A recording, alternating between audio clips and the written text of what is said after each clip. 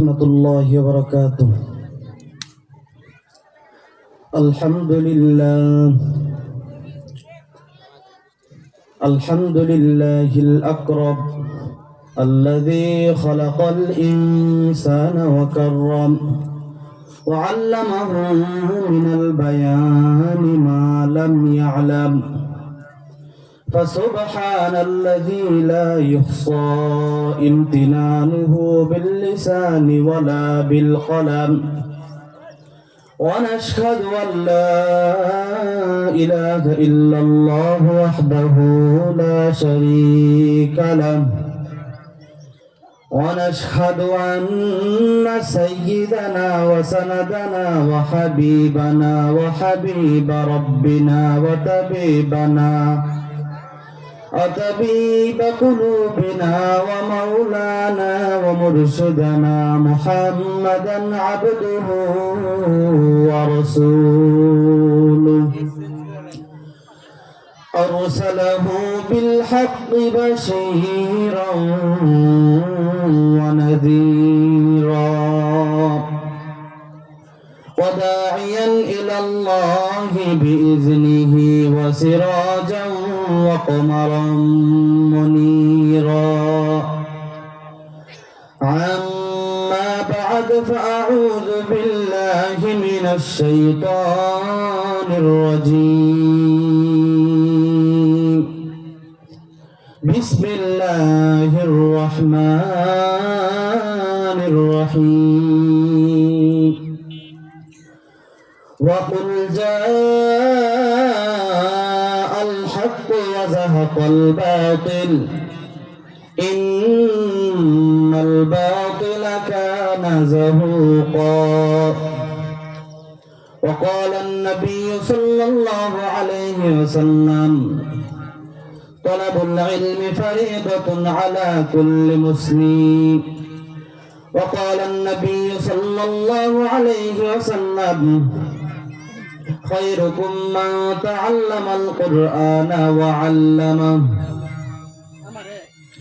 صدق الله المولانا العظيم، وصدق رسوله النبي الكريم، ونحن على ذلك من الشاهدين والشاكرين، والحمد لله رب العالمين.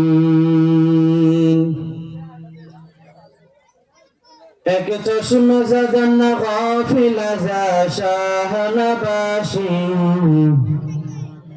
এক চশমে জাগান গাফিল যা শাহ নবাশি, শায়দ কে নিগাহ কুন দাগাহ নবাশি, शायद के निगाह को नदागाह नबाशी।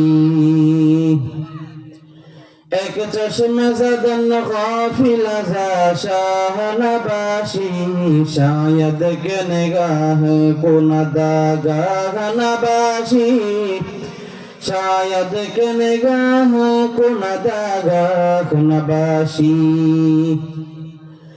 उल्फत में बराबर के वफा हो के जफा हो, उल्फत में बराबर के वफा हो के जफा हो, हर चीज में लज्जत है अगर दिल में मजा हो, हर चीज में लज्जत है अगर दिल में मजा हो।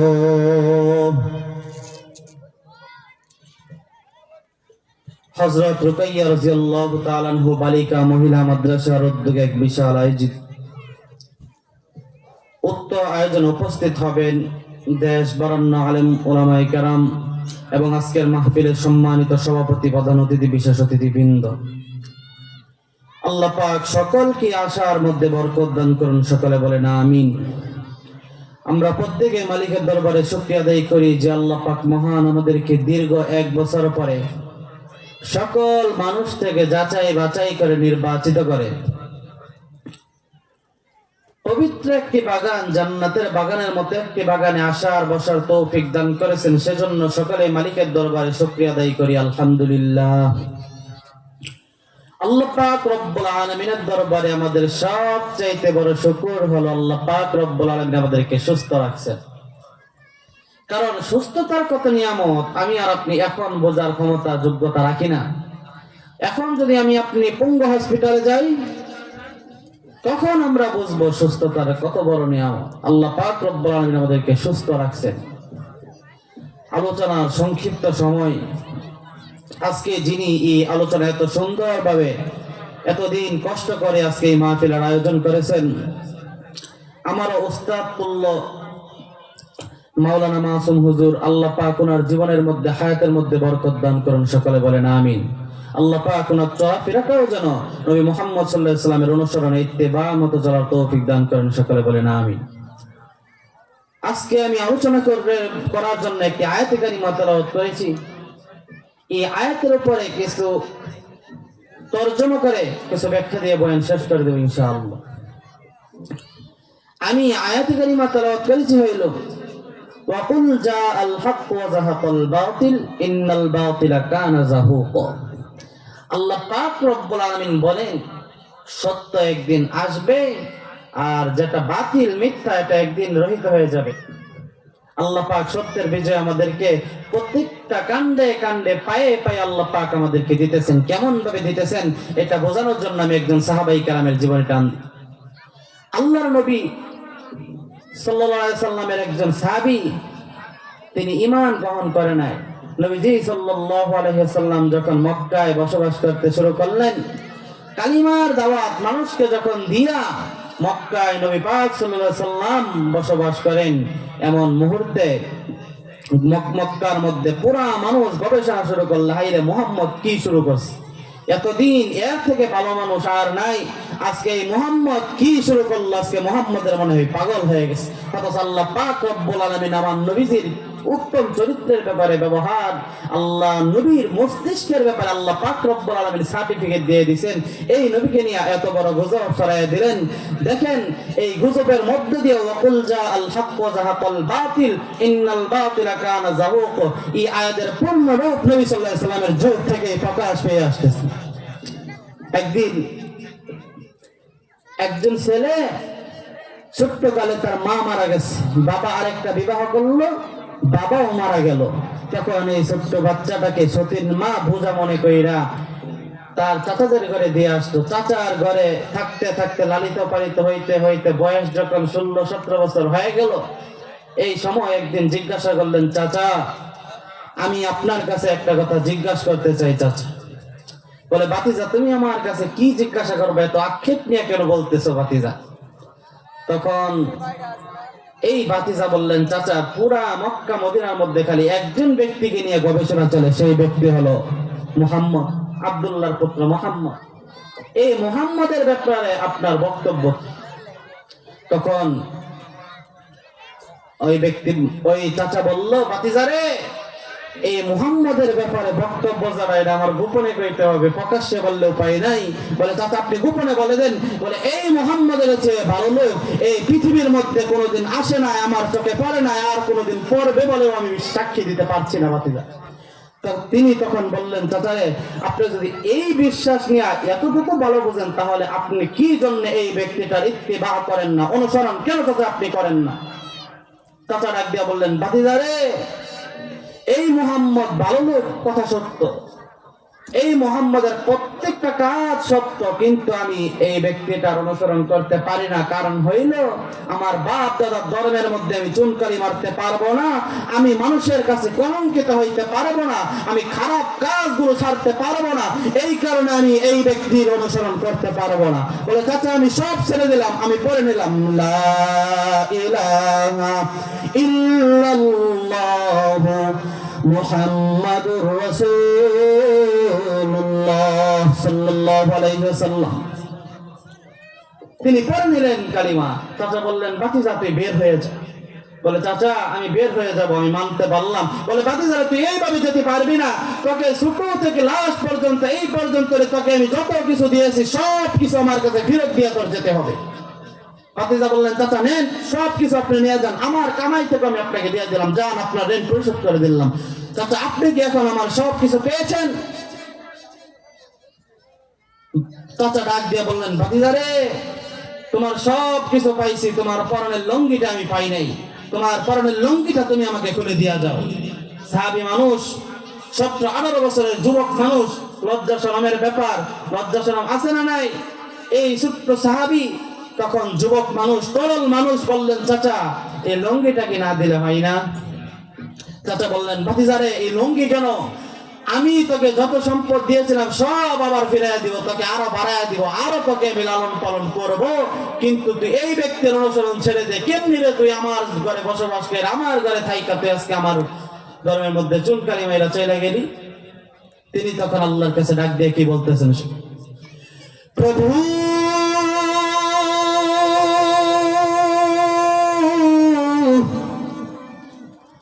প্রভু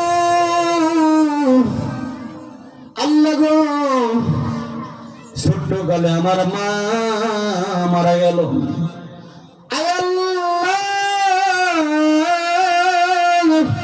ছোট্ট কালে আমার মা মারা গেল, মায়ের কাছে লালিত পালিত হইতে পারি নাই, মায়ের আদর আমি ভালো মতনে পাই নাই। তাতে যখন আরেকটা বিবাহ করলো, চাচার ঘরে আরেকজন মা চলে আসলো, সতীন মা। এই মা যখন আসলো বোঝা মনে কইরা, আমার বাবাও যখন মারা গেল তখন আমাকে চাচার ঘরে দিয়ে আসলো রব্বুল আলামিন। ওই আল্লাহ, চাচার কাছে আমি যখন মুহাম্মদ সাল্লাল্লাহু আলাইহি সাল্লামের কালিমা পড়ে নিলাম, তোমার সাক্ষী দিয়ে দিলাম, চাচা আমাকে পরনার লুঙ্গিটাও পর্যন্ত দিতে চাই নাই গো মাওলা। আমি চাচাকে বললাম, চাচা গো পরনের লুঙ্গিটা আমাকে দিয়া দেন। চাচা বললেন, ভাতিজা রে, তোমাকে সব দিয়া দিব, বিনিময় তুমি ঈমান দিয়া দাও। আয় আল্লাহ, আমি পারলাম না, এই চাচার কথা আমি মানতে পারলাম না। আমি সব ছাড়তে পারবো, কিন্তু ঈমান আমি ছাড়তে পারবো না। আমার ভাইরা, এই সাহাবীরা যখন চোখের মধ্যে হাত দিয়া লুঙ্গিটা ছেড়ে খুলে চলা শুরু করলেন মদিনার দিকে আমার নবীদের সন্ধানে, মানুষগুলো হাসাহাসি, মানুষের হাসা এত পরিমাণ হাসা শুরু করলেন। তখন এই ব্যক্তিটা কোনো দিকে কোনো কান না দিয়া সৎ মার বাড়িতে চলে গেলেন। সৎ মার বাড়িতে যখন চলে গেলেন, ডাক দিয়ে বললেন, মা আপনি কে বাড়িতে আছেন? সৎ মা বের হইয়া দেখলো একজন ছোট মানুষ, আমার ছেলে, সতীন ছেলে।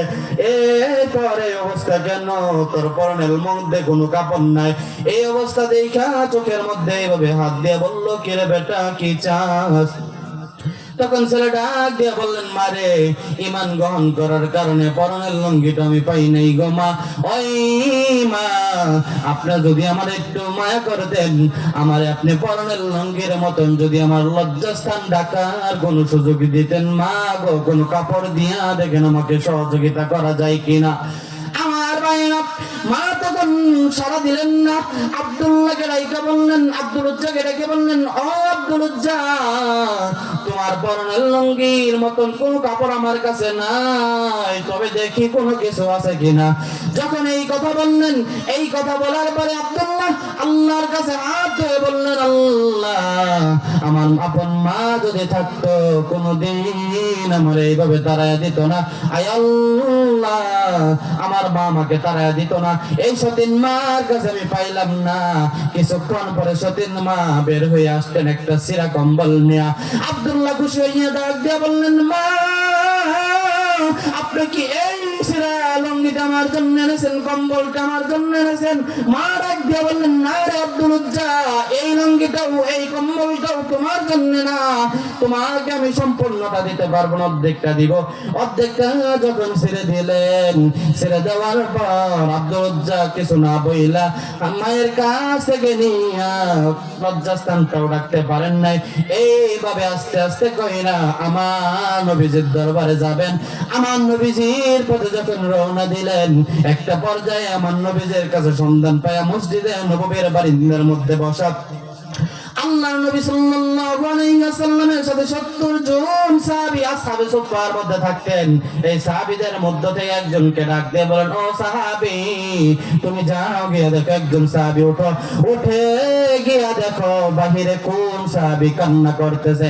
একজন সাহাবী যখন উঠে গেলেন, উঠে গিয়া ডাক দিয়ে বললেন, ও ভাই, কিসের জন্য তুমি কান্না করতেছো? কোথায় তোমার বাড়ি, কোথায় তোমার ঘর? ওই সাহাবীটা বললেন, আমি এতদিন বুঝি নাই, আমার বাপ দাদা 14 গোষ্ঠী হইল বেঈমান, আমি ইমানদার হয়েছি নবীর শানে কালিমা পড়ার কারণে। আমার মা বাবা আমাকে, আমার চাচা আমাকে বাড়ি থেকে বের করে দিলেন। আমি আর কোনো সন্তান না পায়া যেই নবীর শানে কালিমা পড়ে নিলাম, যেই নবীকে বিশ্বাস করলাম, এই নবীজির জন্য আমি মদিনায় চলে আসলাম। আমার ভাইয়েরা, আল্লাহর নবীর কাছে গিয়ে যখন সাহাবীটা এই কথা বললেন, ও নবীজি, আপনার এমন পাগলা সাহাবী ইমানের গুণ অর্জন করার কারণে বাড়িতে তাকে কেউ দেখা দেয় না, এই জন্য আপনার সন্ধানে চলে আসছে গো নবীজি, আপনি এই সাহাবীটাকে কি করবেন? আল্লাহর নবী ডাক দিলেন, সাহাবী রে, আমার কাছে আসো, আমার কাছে সাহাবী আসো। কোথায় তোমার বাড়ি, কোথায় তোমার ঘর? ও আব্দুল উজ্জা, কোথায় তোমার বাড়ি, কোথায় তোমার ঘর? আব্দুল উজ্জা বললেন, আমার বাড়ি তো অমুক জেলায়, আমার বাড়ি তো অমুক স্থানে। বলে, তুমি কিভাবে আসলা? বলে, নবী গো, চাচার সাথে খাবার বসলাম, খাবার পয়সা জিজ্ঞাসা করলাম, চাচাজি, আমি এতদিন ধরে একটা সমালোচনা শুনি একজন ব্যক্তিকে নিয়ে, মুহাম্মদকে নিয়ে, এই মুহাম্মদের ব্যাপারে আপনার বক্তব্য কি গো চাচা? চাচা বললেন, বাতিজা রে, এই পৃথিবীর মধ্যে মুহাম্মদের চাইতে কোনো ভালো লোক নাই, আর আসবেও না বলে আমি সাক্ষী দিতেছি। এই কথা শোনার পরে নবীজি, আমার মন আর মানল না, আমি আর সইতে পারলাম না, আপনার সন্ধান নিয়ে আমি আপনার কাছে চলে আসলাম। আল্লাহর নবী বলেন, সাহাবীরে, তোমার নাম কি? সাহাবী ডাক দিয়ে বললেন, আমার নাম হইল আব্দুল উজ্জা। আমার নবীজি ডাক দিয়ে বলেন, আব্দুল উজ্জা কোন মুমিনের নাম হতে পারে না, আব্দুল উজ্জা নাম হবে বেঈমানের। তোমার নাম আজকে থেকে আব্দুল উজ্জা না, তোমার নাম হইল আজকে থেকে আব্দুল্লাহ। আমার ভাইয়া, আমার নবীজি যখন আব্দুল্লাহ নাম রেখে দিলেন, ও বন্ধুগণ আমার, দেখেন কিভাবে সত্য বিজয় হয়, বাতিল কিভাবে আস্তে আস্তে রহিত হয়ে যায়। ভাইয়েরা আমার, দেখেন আল্লাহর নবী সাল্লাল্লাহু আলাইহি ওয়াসাল্লাম সাহাবায়ে কেরামদেরকে ডাক দিয়ে বললেন, ও সাহাবীরা আমার, তোমাদের এখান থেকে কারো কাছে কি কোনো লুঙ্গি আছে? একজন সাহাবী হাত তোলা বললেন, আমার আছে। আল্লাহর নবী ডাক দিয়ে বললেন, সাহাবী, তোমাদের ভাইকে ইমানের স্বার্থে তোমার লুঙ্গিটা তোমার ভাইকে দান করে দাও। আমার ভাইরা, এই সাহাবীটা লুঙ্গিটা দান করে দিলেন। আরেকজন সাহাবীকে ডাক দিয়ে বললেন, ও সাহাবী, তোমার কি চাদর আছে? একজন সাহাবী হাত তুলে বললেন, নবী গো, আমার কাছে একখানা চাদর আছে। বলে, তোমাদের ভাইকে ইমানের স্বার্থে চাদর খানি দিয়া দাও। আমার ভাইরা, চাদরটা যখন দিয়া দিল, আব্দুল উজ্জার একখানা লুঙ্গি আর একখানা চাদর যখন হইল, আব্দুল উজ্জা খুশি। আল্লাহর নবী তারপরে ডাক দিয়ে বলেন, ও সাহাবীরা রে আমার, 70 জন সাহাবী তোমরা আসহাবে সুফফার মধ্যে থাকো। ও সাহাবীরা আমার, তোমাদের কারো কাছে কি খুরমা খেজুর আছে? তোমাদের কারো কাছে যদি খুরমা খেজুর থাকে, আমি নবীর হাতে খুরমা খেজুর দিয়া দাও। আমার ভাইয়া, একজন সাহাবী হাত তুলে বললেন, নবী আমার কাছে খুরমা খেজুর আছে। আমার নবীজি বললেন, তোমাদের ভাইকে ইমানের স্বার্থে আমি নবীর হাতে খুরমা খেজুর দিয়া দাও।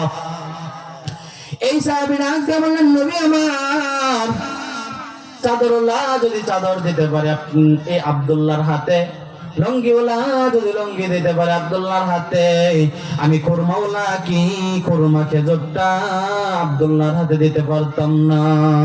আমার ভাইরা, আল্লাহ নবী সাল্লাল্লাহু আলাইহি ওয়াসাল্লাম ডাক দিয়ে বললেন সাহাবী, এই ব্যক্তিটা ইমানের জন্য দুনিয়া ছাড়ছে, সব ছেড়ে দিছে, লজ্জা শরম দিয়ে ফেলে দিছে। ও সাহাবীরে আমার, তোমরা কি চাও না যে সাহাবীটা ইমানের জন্য দুনিয়ার সব কিছু ছাইরা দিল, আমি নবীর আপন বানায়া নিল, এই সাহাবীকে আমি নবীর হাতে কানা কোরমা খেজুর খাওয়াইয়া দেই। আমার ভাইরা সাহাবীরা বললেন, নবী গো খাওয়ান। আমার নবীজি এই সাহাবীর মুখের মধ্যে কোরমা খেজুর দিতেছেন। হে বন্ধু, সাহাবী কোনো খানা খাই না, সাহাবী চোখের পানি ছেড়ে ছেড়ে কান্দেন। আল্লাহর নবী ডাক দিয়ে বললেন, সাহাবীরে কিসের জন্য কান্না করো? সাহাবী ডাক দিয়ে বললেন, নবীজি, নবীজি, জীবনে কোনোদিন মায়ের আদর পাই নাই, জীবনে কোনোদিন বাবার আদর পাই নাই গো নবীজি। জানি না বাবা কেরম আদর করে, মায়ে কেমন আদর করে গো নবীজি। নবীজি, যখনই নাকি আপনার হাতে কোরমা খেজুর মুখে নিলাম, দুনিয়া সব অন্ধকার ছিল, এখন আমার কাছে দুনিয়া আলোকিত হইল। শুধু তাই না, আমি বাবার আদর পাই নাই, মায়ের আদর পাই নাই, আমি আব্দুল্লাহ সব কিছু ভুলে গেলাম। বাবার আদর পাইছি, মায়ের আদর পাইছি, জান্নাতের আবহাওয়াও দুনিয়ায় পেয়ে গেছি। আমার ভাইরা, আল্লাহর নবী ডাক দিয়ে বললেন, ও সাহাবায়ে কেরাম, আসহাবে সুফফা হইল তোমাদের মতো কিছু সাহাবায়ে কেরামদের জন্য। তোমরা আজকে আসহাবে সুফফার মধ্যে থাকো, এমন একদিন আসবে, বেশি দেরি নাই, ওই দিন তোমরা আবার আমার সাথে জান্নাতুল ফেরদাউসে থাকবা। ও বন্ধুগণ আমার, আব্দুল্লাহকে আমার নবীজি বললেন, এই আব্দুল্লাহকে তোমাদের সাথে বানাইয়া নাও, আসহাবে সুফফার মধ্যে জায়গা দিয়ে দাও। এ আব্দুল্লাহ, তোমরা এই সাহাবীদের সাথে থাকো। রাত্রি হয়ে গেছে, আমি নবী বাড়ি চলে যাব। রাত্রি হয়ে গেল, আমার নবী যখন বাড়িতে চলে যাইবেন, এমন মুহূর্তে জানেননি আব্দুল্লাহ নবীজির হাত থেকে কোরআন মাটিতে নিয়া রাত্রি যখন গভীর হইয়া যায়, কোরআনের তেলাওয়াত করতে শুরু করলেন। এমন ভাবে কোরআন পড়ে, কোরআনের টান কত টান, একটা প্রমাণ হয়ে গেল, অকুল জাল হাক ওয়া যাহাকাল বাতিল, সত্য বিজয় হবে, সত্য প্রকাশ হবে, সত্য আপনার উপক্রম হবে, মিথ্যা যারা বাতিল এটা একদিন রহিত হয়ে যাবে, গিরে পড়ে যাবে। একটা প্রমাণ কিন্তু হয়ে গেল রে মুমিন বান্দারে আমার। বন্ধুগণ আমার, আপনি জানেননি এটা কেমন মায়ার নবী। আব্দুল্লাহকে তো যখন আমার নবী যে বাড়িতে গেলেন, বাড়িতে যাওয়ার পর আব্দুল্লাহ ঘুমাই না, আব্দুল্লাহ খালি আল্লাহর কাছে হাত ধরে বলেন, আল্লাহ, জীবনটা কিভাবে কাটাইলাম, আর আজকে কি সুন্দর জীবন আমি আব্দুল্লাহ পেয়ে গেলাম। আমার ভাইরা, আব্দুল্লাহর কোনো কথা নাই, খালি কোরআনটা হাতে নিয়ে মুখে লাগাই চুমা খাই, যতটুকু কোরআন পারে ততটুকু কোরআন চিল্লায় চিল্লায় তেলাওয়াত করে। সাহাবায়ে কেরাম নবীজি যখন সকালবেলা আসলো, ডাক দিয়ে বললেন, ও নবীজি, কেমন সাহাবী দিয়ে গেলেন, সাহাবীর কারণে আমরা ঘুমাইতে পারি না, রাত্রিবেলা খালি কোরআন তেলাওয়াত করে, চিল্লায় চিল্লায় কোরআন তেলাওয়াত করে। হে বন্ধু, সাহাবীর কোরআন তেলাওয়াতের কথা যখন আমার নবীদের কাছে বিচার দিলেন, আমার নবীজি বললেন, ও সাহাবীরা, তোমরা এই সাহাবীরা খারাপ করো না, এই সাহাবীরে কোনো বাধা দিও না, এই সাহাবী কোরআন তেলাওয়াত করার ব্যাপারে তোমরা কোনো কিছু বলিও না। এই সাহাবী কোরআন তেলাওয়াতের তেজ আমার আল্লাহ বাড়ায়া দিবেন। লা ইলাহা মুহাব্বত, লা ইলাহা ইল্লাল্লাহ, জোরে জোরে লা ইলাহা মুহাব্বত, লা ইলাহা। আর জোরে লা ইলাহা ইল্লাল্লাহ, লা ইলাহা মুহাম্মদ, লা ইলাহা ইল্লাল্লাহ, লা ইলাহা, আর জোরে লা ইলাহা ইল্লাল্লাহ, লা ইলাহা। রহমাতুল লিল আলামিন নবী, রহমাতুল লিল আলামিন নবী, কোরআনে প্রমাণ, উম্মত বিনে কে বুঝিবে আমার দয়ার নবীর শান। রহমাতুল লিল আলামিন নবী, কোরআনে প্রমাণ, উম্মত বিনে কে বুঝিবে আমার দয়ার নবীর শান। বলেন না রহমাতুল লিল আলামিন নবী, কোরআনে প্রমাণ, উম্মত বিনে কে বুঝিবে আমার দয়ার নবীর শান। নবী আমার মদিনারি বুলবুল,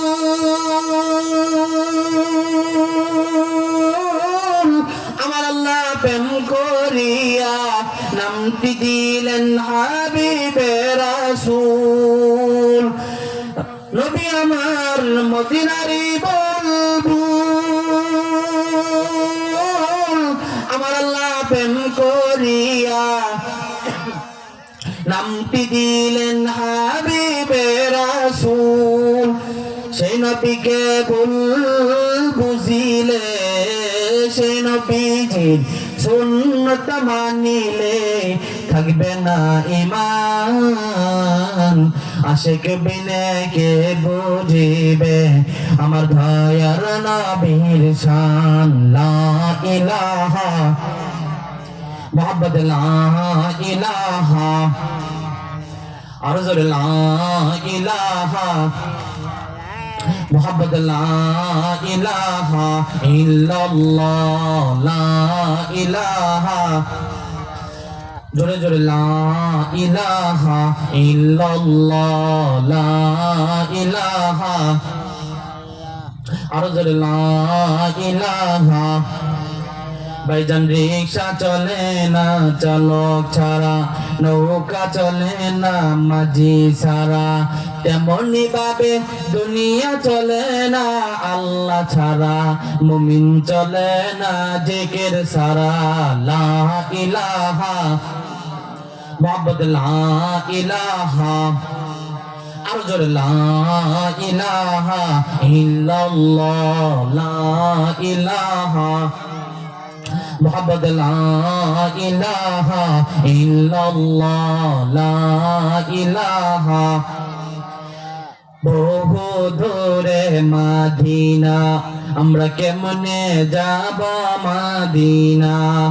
বহু দূরে মদিনা, আমরা কেমনে যাব জানি না। দয়া কর দয়ার আল্লাহ, দয়া কর দয়ার আল্লাহ, পুরাও মনের বাসনা। লা ইলাহা ইল্লাল্লাহ, লা ইলাহা। আমার ভাইয়েরা, উর্দুন খালিদ ভাইয়েরা আমার, এর যুবক বন্ধু, কেন তোমার আমার দিল নরম হবে না? আমার আল্লাহ পাক রব্বুল আলামিন ঈমানের গুণের কথা বলছেন। এই পৃথিবীতে ঈমান এমন একটা জিনিস, ঈমান ঠিক রেখে যদি কবরে যেতে পারি, কবরটা হয়ে যাবে জান্নাতের বাড়ি। ঈমান ঠিক না রেখে যদি কবরে যায়, কবর হবে জাহান্নামের বাড়ি। কথা বলেন ঠিক না বেঠিক? হে বন্ধু, এই পৃথিবীতে ঈমান যার ঠিক আছে তার সব ঠিক আছে, ঈমান যার ঠিক নাই, আমার বন্ধুগণ দুনিয়ার কোনো সম্পদে তার ঠিক নাই। আমার আমাদের বাংলাদেশে 4-5টা গাড়ির বাড়ির মালিক দেখলে বলে লোকটা ধনী লোক, কিন্তু আসলে না না না, 4-5টা গাড়ির বাড়ির মালিক হইলে ধনী লোক হওয়া যায় না। আমার আল্লাহর কাছে ধনী লোক হইতে গেলে ইমানের প্রয়োজন। ইমান যার যত বসবো আমার আল্লাহ পাক তার জন্য তত বেশি জান্নাতের সুসংবাদ তার জন্য দিয়া রাখছে। আমার ভাইরা, এই দুনিয়াটা কি? দুনিয়া কিছুই না। আজকে আপনার চোখ মুজে মুঞ্জে যাবে, আগামীকাল দেখবেন আপনার নাম আর দুনিয়াতে কয়জন লইবে। আমার মন বলে রে, দুনিয়ার মধ্যে মানুষ মরে গেলে আপন মানুষরা জানাজার মধ্যেও শরীক হতে চাই না। জানি তারে কি জন্য মানুষ কোন দায়িত্ব দিয়া ফেলে। ও বন্ধুগণ আমার জীবন আমি এমন মানুষ দেখেছি জানাজার মধ্যে দাঁড়াইয়া জানাজার মধ্যে বলতেছে, জানাজার আগে লাশ সামনে নিয়ে বলতেছে আমার আজকে প্রয়োজন চলে গেলাম, যেই দিন দাওয়াত বলে দিবেন ফোনে আমি ওই দিন দাওয়াতে চলে আসবো। হে বন্ধু, দুনিয়ার মধ্যে কাকে আপন বানাইলেন, কাকে বন্ধু বানাইলেন চিন্তা করলেন না। যার সাথে যার মুহাব্বত আল্লাহ পাক তার সাথে যদি হাসর করায় দেয় তাহলে বুঝে রাখেন হাদিসের কথা। আপনার আজকে ফেরাউনের মতো আবু জাহেলের মতো মানুষের সাথেও যদি আপনার বন্ধুত্ব হয়, ফেরাউন আবু জাহেল মার্কা মানুষের সাথে আল্লাহ আপনাকে হাসর নাসর করাইবেন। যদি আপনাকে আবু জাহেলের মতো ফেরাউনের মতো তাদের অনুসারী মানুষের সাথে আপনার হাসর নাসরটা করাই দেন, ও বন্ধু একবার কি চিন্তা করছেন জান্নাতের মধ্যে যারা যাবে একবারে সারা জীবন আগুনে জ্বালাইয়া পড়াইয়া সারগা হইয়া সব চাইতে নিম্নমানের জান্নাতে যে ব্যক্তি যাইবে, আল্লাহ পাক রব্বুল আলামিন হাদিসের মধ্যে বলেন, আল্লাহ পাক হাদিসের মধ্যে যেই কথাটা জানাইয়া দিয়েছেন সেই কথাটা হলো সারা জীবন আগুনে পুড়াইয়া সারগার হইয়া যেই দিন জান্নাতে যাবে আল্লাহ পাক একটা সিল মাইরা দিবে, এই ব্যক্তিটা অপকর্ম করেছিল, জাহান্নামে ছিল, আজকে আমি আল্লাহ তাকে মাফ কইরা জান্নাতে দিয়া দিলাম। ও বন্ধুগণ আমার, আমরা দুনিয়ার মধ্যে এমন কোন মানুষ হতে চাই না জাহান্নামের আযাব ভোগ করিয়া জাহান্নামের আযাব ভোগ করিয়া সিল মাইরা আমরা জান্নাতে যাই। এটা আমরা দুনিয়ার কোন মানুষ চাই না। যদি নাই চাই আল্লাহ পাক কোরআনে কারিমে একটা তেলাওয়াত করে বলেন, ইন্নাল্লাহা আশতারা মিনাল মুমিনিনা আনফুসাহুম ওয়া আমওয়ালাহুম বিআন্না লাহুমুল জান্নাহ। ইন্নাল্লাহা আশতারা, নিশ্চয় আল্লাহ পাক রব্বুল আলামিন কিনে নিয়েছেন মিনাল মুমিনিনা মুমিনদের কাছ থেকে আনফুসাহুম ওয়া আমওয়ালাহুম মুমিনদের জান মাল যা কিছু আছে সব আল্লাহ কিনে নিয়েছেন বিআন্না লাহুমুল জান্নাহ, বিনিময়ে আল্লাহ পাক হাশরের ময়দানে জান্নাত নামক একটা সুসংবাদ দিয়ে তাদেরকে উপহার দিয়ে দিবেন। সুবহানাল্লাহ। আমার ভাইয়েরা, আমাদের চিন্তা ওইদিকে নাই। একটু মাথা রাখাইয়া দেখেন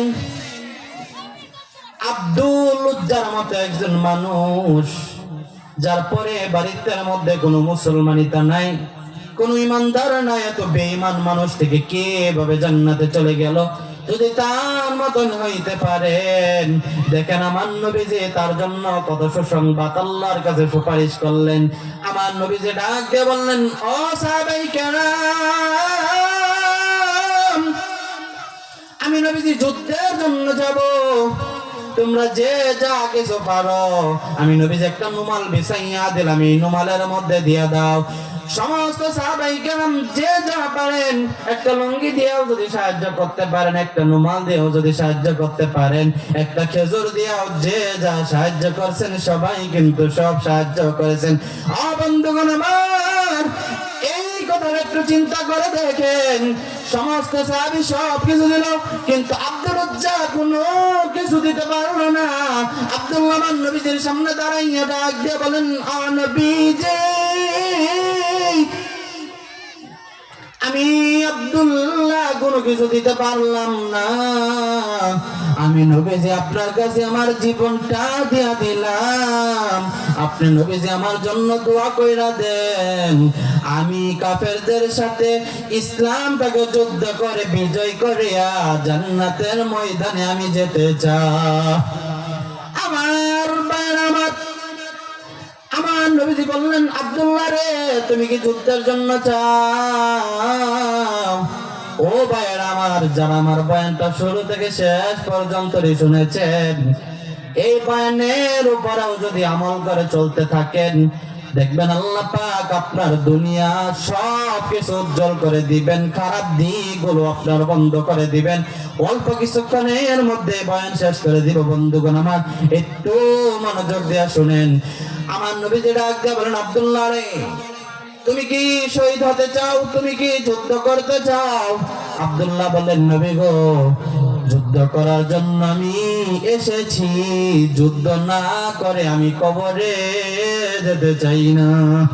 আমার ভাইয়েরা, আমার নবীজি বললেন, আব্দুল্লাহ রে, দেখো একটা কাঁচা গাছের খাল আমার কাছে নিয়ে আসো। আল্লাহ নবীর কাছে যখন কাঁচা গাছের খাল নিয়ে আসতেন, আল্লাহ নবী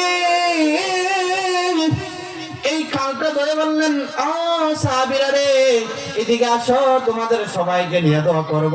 সমস্ত সাহাবায়ে কেরাম যখন আসলেন, আব্দুল্লাহকে সামনে নিয়ে আমার নবীজি দুটো হাত তুলে বললেন, খোদা রে,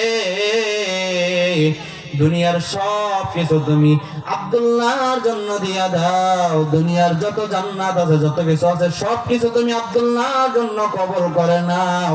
আমি নবীজি আব্দুল্লাহর জন্য যুদ্ধ করা হারাম ঘোষণা দিয়া দিলাম। আমার ভাইরা, ও বন্ধুগণ আমার, অল্প কিছুক্ষণের মধ্যে বয়ানটা আমি শেষ করে দিব। তখন আব্দুল্লাহ আমার নবীজিকে ডাক দিয়ে বললেন, নবীজি, নবীজি,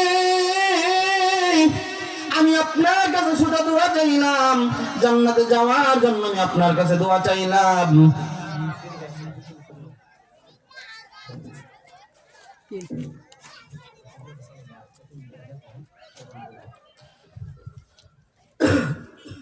আব্দুল্লাহ বললেন, নবীজি, আমি আপনার কাছে দোয়া চাইলাম, সুজা দোয়া,